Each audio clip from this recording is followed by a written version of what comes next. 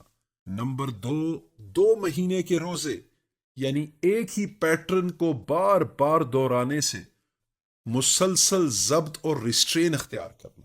Number 3، 60 مسکینوں کو کھانا کھلانا، یعنی اپنے اندر کے نگلیکٹڈ حصوں کی پرورش کرنا۔ سوچ کے وہ اندرونی غریب حصے، وہ خیالات جو رکے ہوئے، منجمد اور غیر شعوری ہے، یعنی اصلاح کا عمل یہ بنتا ہے پہلے اپنے آپ کو زنجیر سے آزاد کرو، اگر یہ نہ ہو سکے تو امپلس یعنی شدید خواہش کو ڈسپلن کرو، اور اگر یہ بھی نہ ہو سکے تو اپنے ذہن میں جہالت اور غیر شعوری سوچ کی تعلیم و تربیت کرو۔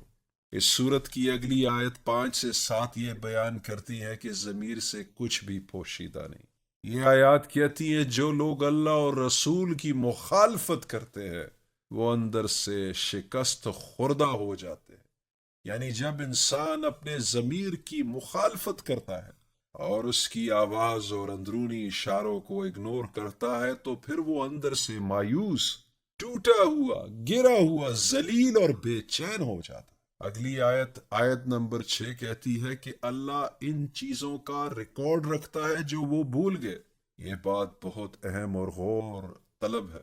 آپ بھول سکتے ہیں کہ آپ نے کیا کیا، آپ بھول سکتے ہیں کہ آپ کی نیت کیا تھی، آپ بھول سکتے ہیں کہ آپ نے اپنے آپ کو کیسے جسٹیفائی کیا، لیکن اندرونی نظام ہرگز نہیں بھولتا۔ مثال کے طور پر آپ کسی کو تکلیف دیتے ہیں اور بعد میں کہتے ہیں میرا تو کوئی قصور ہی نہیں، میں نے تو کچھ کیا ہی نہیں، لیکن ہمارے بالغیب میں ہمارا ضمیر اس کا ریکارڈ رکھتا ہے اور بعد میں وہی چیزیں پچھتاوے، انزائٹی، بھاری پن یا اندرونی بے چینی کا باعث بن جاتی ہیں۔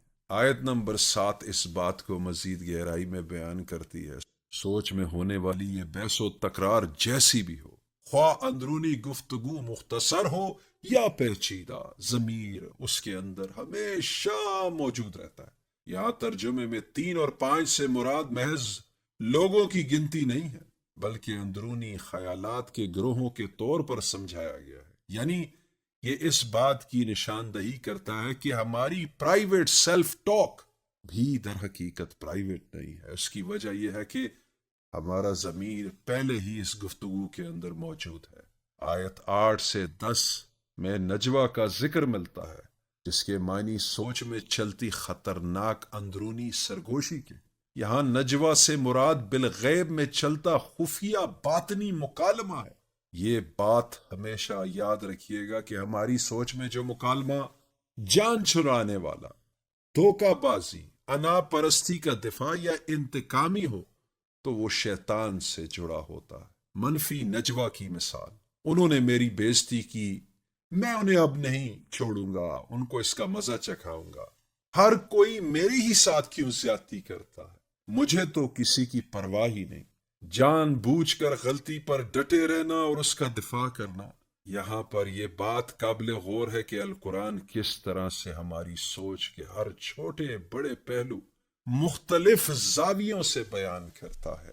آیت 8 ایسے لوگوں کو بیان کرتی ہے جو بار بار اسی ممنوع اندرونی گفتگو کی جانب واپس دوڑتے ہیں، یعنی ذہن بار بار اسی ٹاکسک لوپ میں داخل ہوتا رہتا ہے۔ آیت 9 میں تنبیہ کیا گیا ہے کہ اپنے اندر اثم، عدوان اور معصیت الرسول کے ساتھ گفتگو مت کرو، یعنی اپنی سیلف ٹاک میں اپنی مرضی سے رد و بدل کرتے ہوئے اسے غلیظ مت بناؤ، اسے غصے اور تشدد کی آگ میں تبدیل ہونے مت دو، اسے اپنے ضمیر کی اندرونی آواز کے خلاف بغاوت مت بناؤ، بلکہ اپنے اندر بر اور تقوی کے ساتھ گفتگو کرو، یعنی اپنے اندرونی مکالمے کو تعمیری، منظم، واضح، محتاط اور ضمیر کی ہدایات کے مطابق بناؤ۔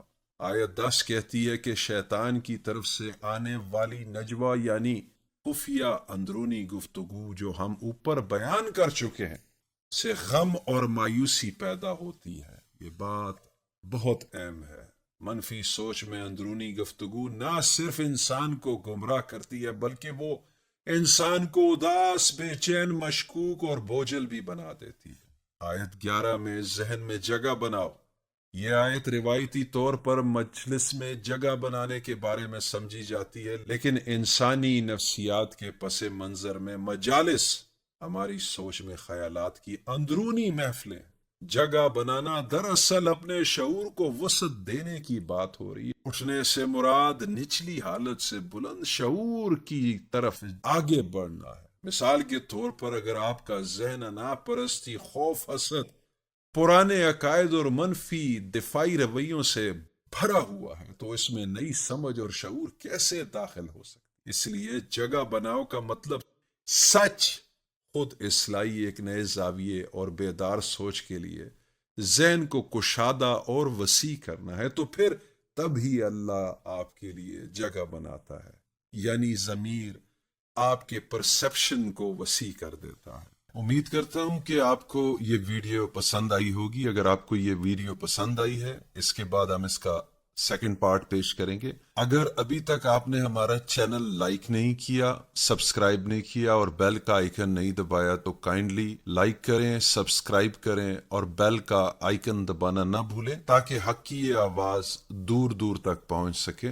اس کے علاوہ آپ سے ایک درخواست ہے، اگر آپ اس طرح کا کام ہمارا سپورٹ کرنا چاہتے ہیں تو بائیو میں لنک ہے، آپ ہمیں سپورٹ کر سکتے ہیں اس کام میں کہ ہم اس میں مزید جدت اختیار کریں. انشاءاللہ جلد ہی پارٹ 2 آپ کی خدمت میں پیش کریں گے. جڑے رہیے گا. تب تک السلام علیکم.